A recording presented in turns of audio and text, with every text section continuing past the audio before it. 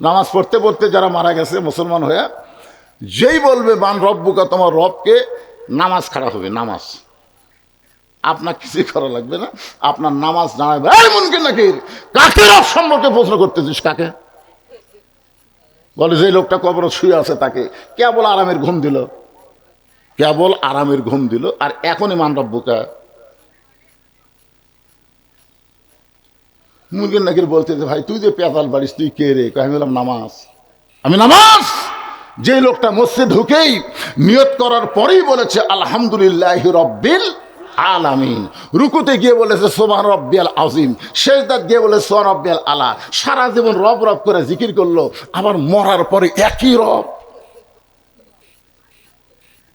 মুনকির নাকির কয়, আল্লাহ তোমার বান্দাকে মান রব্বুকা প্রশ্ন করার পরে নামাজ যে খেপা খেপছে, আল্লাহ বলে যে নামাজ যে কবরে আইছে তার রবের উত্তর হয়ে গেছে।